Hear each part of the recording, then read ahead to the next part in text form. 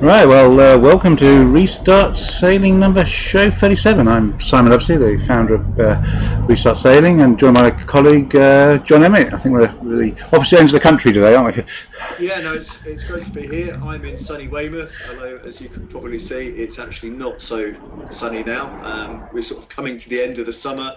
We've just moved our Monday and Wednesday evening races forward a little bit for an earlier start. And we've just had a fantastic, I was going to say laser nationals in Albany, Ilka nationals, because the class has celebrated its 50th birthday. So I feel we're very much into resetting sailing in clubs and classes, because sailing, as we can see from our 3 stages, has now well and truly restarted. Yes, and I'm up in sunny Scotland, North Berwick, with the Merlin Rocket Nationals, and shortly to head to the west coast to Largs, we'll be joining Martin Latimer, who's going to be joining us later. So busy. Busy day. Well, I think yes. As we said, I think we managed to condense probably a year's worth of sailing events into 4 weeks, haven't we? Very busy August. Yeah. Good to there. So yeah. Sort of a bit of a catch-up, John, on the numbers. Yeah, so just to follow the numbers, because I think it is important to realise that things haven't completely gone away. Those slides went a little bit quickly. Sorry, yeah, there we go. That one. But to say that the number of hospitalisations are fairly static, but the key thing is we have very few in the way of deaths and very bad negative outcomes. Yeah, so right, sorry, the slides are jumping around here a bit, so I'll keep moving on. So yeah, the Facebook group's been very active and everything, and lots of things going on there. And as we said, lots of sailing events going on. Big Ilka event, wasn't it? Just did a fantastic job at the Weymouth and Portland National Sailing Academy. I mean, I guess it's around 100 volunteers to make it happen, and PJ, the race officer. And in fact, I'm not going to go down that route and try and sort of thank everybody individually, because it's too many and I'll just embarrass myself by missing someone out. Yeah. It's just an absolutely amazing event. And sorry, just mucking the slides up here a bit. Right, where are we moving on? So that photo there was from the conclusion with all the prize winners, and I think it's an amazing class. People were so unbiased, but you've got people from 13, 14 years old, probably doing their first ever nationals in the Ilka 4, and we have people in their 70s. But it's a 50-year-old class now. We actually had a 50-year-old boat there, which found it quite tough going in the strong winds. Yeah. And as we said, lots of events going on, but still a few cancelled. And I think I was hearing rumours that the Sail GP may not be happening in New Zealand coming up. So, yeah, I mean that's the international side of the 3 stages. So I think that's where the issues are. For a lot of the Olympic classes now, what's happened is events just got moved back or moved to more appropriate venues where it was easier to run. And you know, the saying I always have is the post-Olympics is really just the pre-Olympics for the next cycle. So the younger athletes have already been out in Marseille training hard, and I think we should see in 2022 most events go ahead as planned. Yeah, and I think, as they say, we're learning to live with this situation, and sailing has showed it's very adaptable, isn't it? And yes, and it's also shown it's a sport for life. It's got that gap. I never know exactly what it is, but it's sort of 22 to 34 where people sort of go off. But that's not a sailing specific thing. It's something that tends to happen in all sports, which is why the sort of the master circuit and so on works so well in lots of different classes. And the RWA do a fantastic job of supporting the under 23 aspirational sailors. But yeah, all sports have that, you know, where jobs and young families and marriages and things take over. And it's not uncommon in sailing clubs to see 3 generations of one family sailing. Right, okay, so pleased to be joined in Scotland by Martin. Hi there. Yeah, I'm just waiting to go off to our 56 strong D0 nationals. So I've got to say I have a lot of time for D0. It was designed, well, it was originally the Punk, I believe, it was called something like that, by Dan Holman, very good friend of mine from the laser class, and I think he did an amazing job at sort of, you know, getting all those faults, if you like, out to make a very, very sailable boat. It's yeah, you can see it's a more design. We've got Dan sailing this week, and Nick Craig and Steve Holland, so plenty of champions to fight against. So it should be good fun. That's amazing. They were trying to sort me out a boat, but I just thought my hiking legs couldn't do two events in a row these days. So, Next time. We've even I hope you have lots of got fun. John O'Shelley from the Mustos attending, so he was complaining about his legs last night. So. Yeah, it's a difficult route, trapeze back to having a toe strap. The worst thing we've had in Weymouth is the long sailing. you give him a leg and you realise it's going to be a little while before you can get in. But yeah, we had our nationals there last year, and it became more competitive getting in than it was out in the water. Well, please do post. Simon's already mentioned, but please do post stuff on the group, because it's not just about COVID. It's not just about what's not happening. It's about what's happening and what classes are doing. And from my point of view, the more classes make the magical 50 mark, the better. And I said I do hope to jump in one day. I hope it won't just be another boat I'm a tiny bit too small for. Yeah. But certainly big numbers.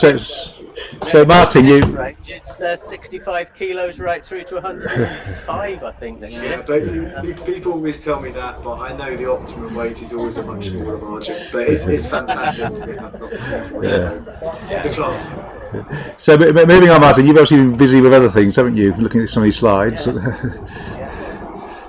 Yeah, so we're working hard on trying to get more people into sailing. It's as simple as that. That's what it's all about.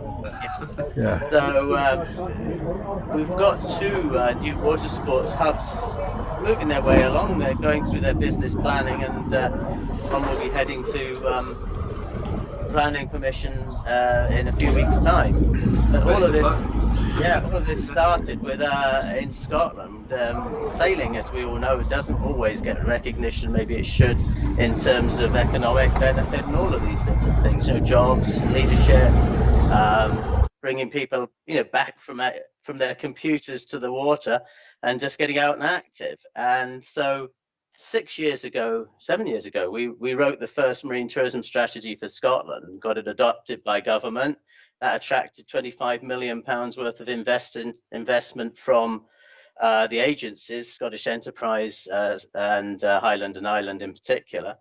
And that was very much around facilities. That was getting more people access. So it's for the big boats, more going out on the West Coast, more visitor pontoons. And we then moved, literally, we launched the second marine tourism strategy on the 12th of March last year. Wasn't that timing? But that hasn't stopped us. We're recognised by government. This time round, the two strategies are playing a part in £58 million worth of growth deal investment in marine infrastructure. And one of the things around the water sports hubs is that the specific theme of ours is just trying to get more people in the community on the water, valuing activity and healthier. So basically the aim is to have more people engaged in waterborne activities more often. So Perfect. How do you do that? One of the big problems is, we all know that it's very hard for the training centres to run profitably and to invest in facilities. But certainly in Scotland, we've got huge support for third sector community businesses. So we started, my company, Blue Sea Consulting, started with Kintyre Sea Sports in Campbelltown nearly 6 years ago. We wrote their outline business case, and we turned a lot of skeptics around. Sailing was for the rich. We've heard this. Sailing is for only those who can sail, etc. And over the last 2 or 3 years, they've been holding community regattas with in excess of 200 people. Most of those had not touched foot on the water. They've now got a new SUP club opened up. Their dive club is thriving. But like all of these, the capacity is often limited by the buildings and the shoreside facilities. So what we're doing now is we're working to create a community-powered hub. And in Kintyre, there's 16 partners supporting the Kintyre Sea Sports. And on top of that, we've got the agencies and the council. So what's happening is it's very easy to build a building. It's nice to design a nice new building and spend £1.5 million and it all looks wonderful. But what you have to do is fill it with people. Well, exactly. So the route is. I just have to say, Martin, just to prove this is absolutely recorded live, I'm going to disappear for about 2 minutes and come back, but you two keep cracking on. Okay, it just shows it's live. Great. Okay. So what we've done is work very hard to build these community regattas, to get involved with the schools, with various community groups. There's a thing called the Dalantoba Beach Group, which is just about getting the beach used. In the 50s, there's pictures of Campbelltown Beach, Dalantoba Beach, with literally hundreds of people on it. And these days, you might see a few. So we've just started there. The first program manager, a guy called Jamie Roger, who's coming from Oban, and he'll now start working with the schools to get the school events on the water. We've got events with OYT, and hopefully next year back to community regattas. But the building you can see in the picture there, Campbelltown Sailing Club, as so often, has never been able to invest in its own facility. So it's a building that's in sad need of repair. So what will happen is that the water sports hub in Campbelltown will consist of an offshore pontoon, flat on it, and then ashore a mixed clubhouse for everything from the community groups right through to the sailing club, kayaking club, etc.